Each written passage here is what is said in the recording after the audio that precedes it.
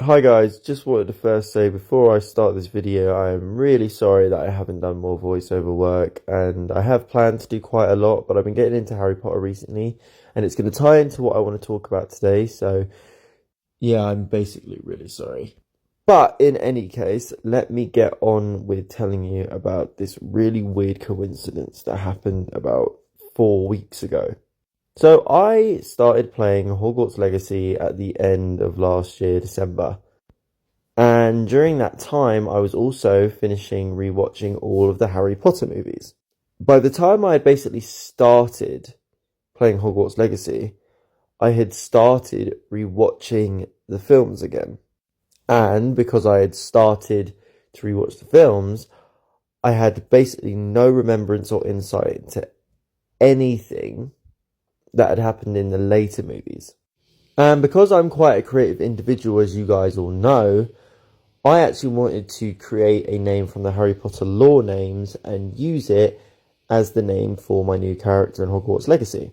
And so I decided that I wanted to name my character Wilfred, which is based on the Harry Potter lore first names, is the closest name to my first name in real life. But I wanted the last name to be Peverell because I really liked that name, and I looked at it and I was like, that really works for me, Wilfred Peverell. And Peverell is the first letter of Peverell is basically the first letter of my last name. So I thought, hey, Wilfred Peverell, right? And so before I'd watched anything significant to do with the name Peverell, I was wanting to be called Wilfred Peverell. So I started playing Hogwarts Legacy under the character name Wilfred Peverell. So it turns out that somehow I've magically been able to create one of the best non-canon lores for my character ever. And I will explain how. So if any of you have watched the Harry Potter films, you will know about the sign or the symbol known as the Deathly Hallows, which is related to the three brothers, aka the Peverell brothers, right? So let's just come back to my game character. Well, first of all, I'm going to point out a few little things that my character has that ties in with the Deathly Hallows story, and obviously the story of Hogwarts Legacy itself that ties in with this family in general. First of all, the Deathly Hallows is not just directly mentioned in Hogwarts Legacy. There is an entire gameplay around the Deathly Hallows story that happens, in which my character, Wilfred Peverell, actually holds the Elder Wand at a point in the game. The same wand that is held by Antioch Peverell, who is, I believe, the eldest brother of the three. Then we have Cadmus, who also had the resurrection stone that death gave him, which we also see Wilfred Peverell find in the Deathly Hallows story during the gameplay. And then finally, we have Ignotus Peverell, who is the most important character, in my opinion, out of the three brothers, because he's the one who uses the invisibility cloak, which in the game play for the Hogwarts Legacy part of the Deathly Hallows, we have to use invisibility to get past Death's followers and also to reach Death himself.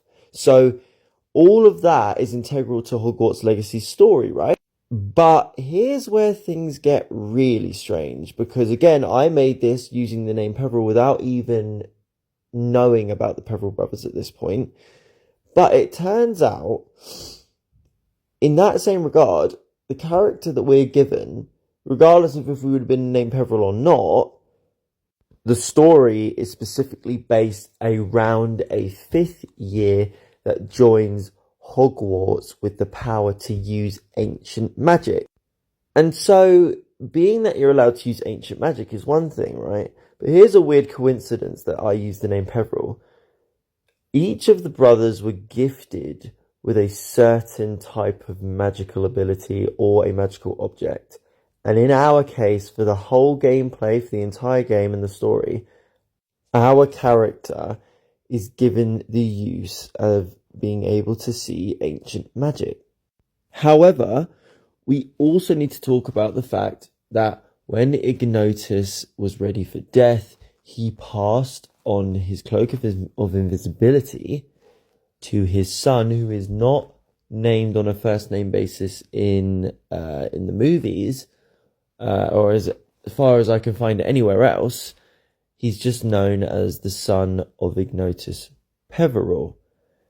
And Ignotus Peverell's son goes on to have a child. Now, it's not specified how many children he actually had, but of note, he did have a daughter known as Iolanthe Peverell.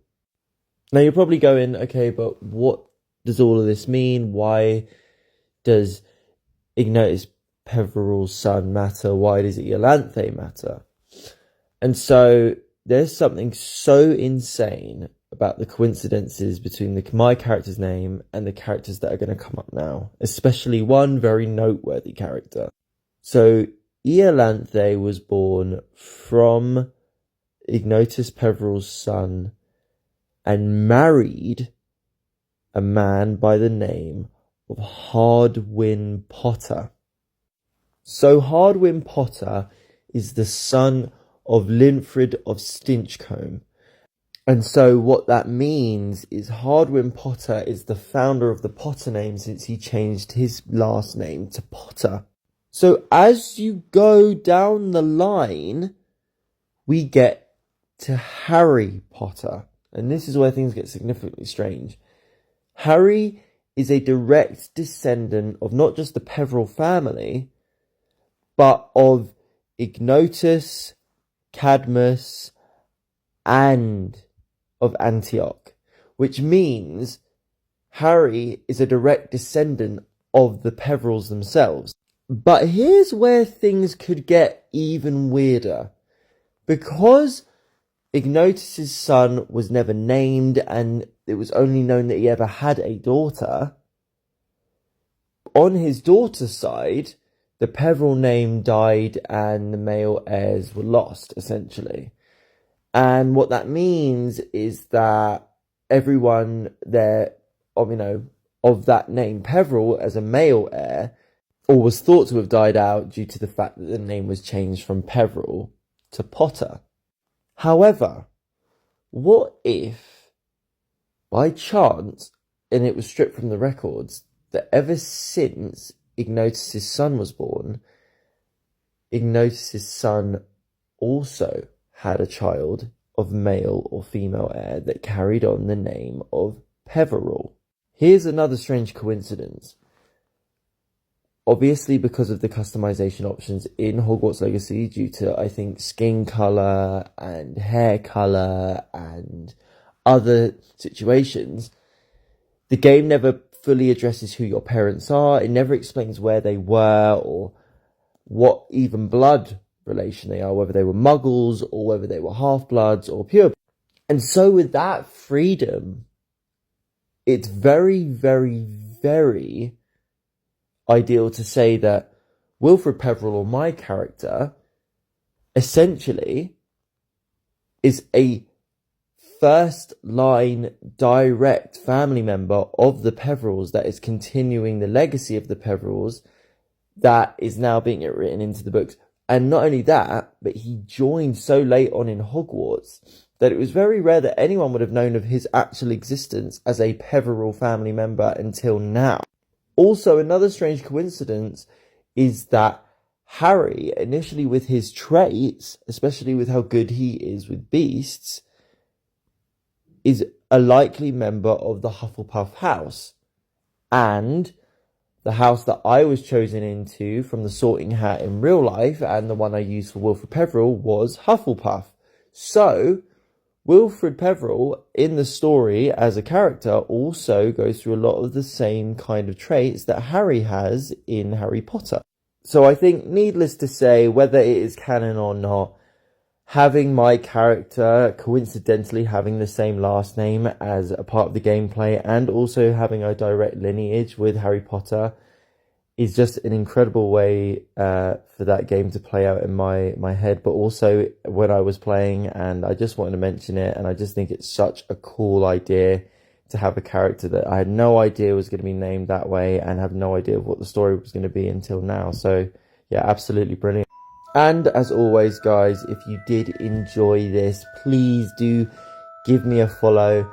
Please like and comment on your thoughts on this. I really am interested to hear about your stories, as well as, you know, all the things like Harry Potter lore wise that you're interested in. And I can't wait, and I promise you I will get to those voiceovers eventually, but I just had to mention this stuff because it's been on my mind and it's been really cool to think about. So have a great day, guys, and I will see you in my next video. Peace.